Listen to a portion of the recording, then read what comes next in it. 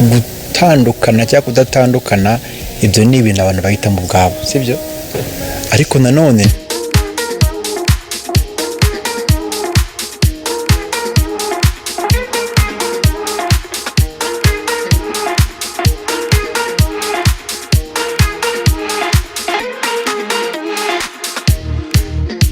ni gutyo bimeze ngayo nguko. Ni inkuru iteye ubwoba, ni inkuru itari nziza ku bakunzi b'indirimbo z'Imana ndetse no guhimbaza. Ntiwabyumva neza, ntiwabyemera, kuko dore ko bari bafitanye urukundo rukomeye, dore ko bakoranaga ibintu byiza kandi bigezweho cyane. Wakibaza ati se ubu byagenze ute? Ubu byaba byatewe n'iki se?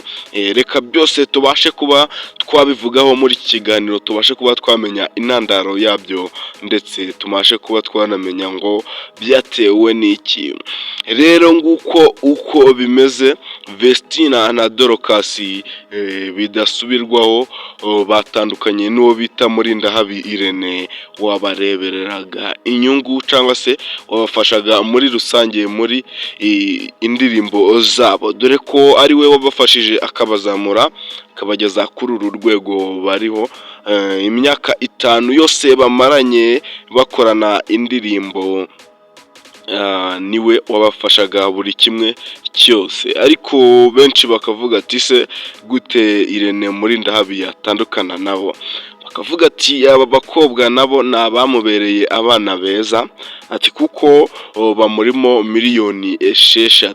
Ati kandi abafasha buri kimwe cyose, abafasha kuba yabakorera indirimbo ndetse na video, akabitaho mu buzima busanzwe, akabaha ibyo bakeneye byose. Ariko abandi bakagenda bavuga ati oya, Irene Murindahabi abashaka kubarira kurwara cyangwa se kubarya nta kintu abahaye, akabakoresha mu nyungu ze gusa. Ati kuko ataba bana b'abakobwa, ati ni abantu bamamaye kera, ati ubu ngubu tuba tumajije kubamenya birenze, cyangwa se baba bamajije nabo kwiteza imbere birenzeho. Ariko si ibyo gusa, kuko n'umubyeyi wabo yabashije kuba wa Vestina yabashije kuba nawe yagira icyo abivugaho, avuga ati aba bana b'abakobwa banjye yabafashe nabi, ati yazamuye abana babo, ndumva ari ibintu byiza. Nagiye avuga n'abantu uburere ubaha ntabwo ari bwiza, tubashe kuba abantu uburere butari bwiza kandi bakiri batoya. Ibyo yabashije kuba yavuga kuri Irene.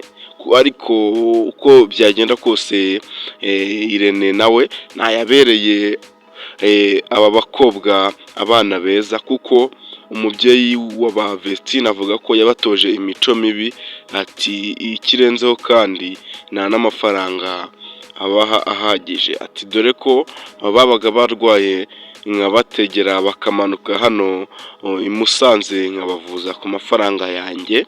Ubwo rero Irene namubwira ko yatubereye cyangwa se yamfashije cyane. Ndamushimira ko yamfashije abana banjye bakabasha kuba bazamura urwego. Ariko nibyo gusa yakoze, kandi ntabyo ari bikwiye ko yabakoresha mu nyungu ze, ntibabashe kuba bagira icyo babona nabo. Ati kuko yabajyanye no mu ngeso mbi, ati abatoza imico mibi. Ati ubu ngubu kuba batandukanye ntabwo mbyicuza, ati ahubwo ni ibintu byiza.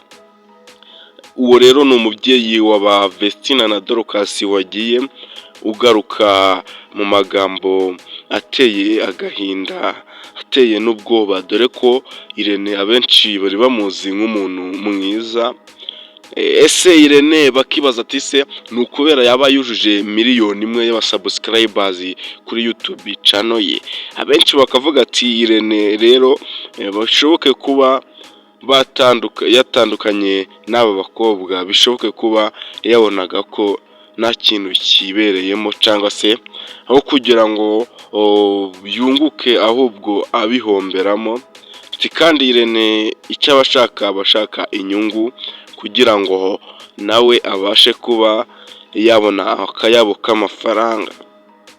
Mbibutsa ko Irene nawe nk'uko amakuru ari kugenda avugwa gake gake yenda kuba nawe yakora ubukwe agasezerana imbere y'Imana n'abantu bakabasha kuba yagira umuryango nawe.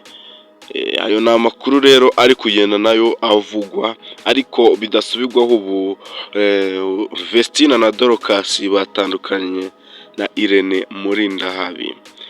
Rero nshuti twakomeje kubona muri kiganiro nk'uko ko niba utarakora subscribe yikore kugira ngo ibindi biganiro byo tuba tubagezaho bizabageraho ku gihe.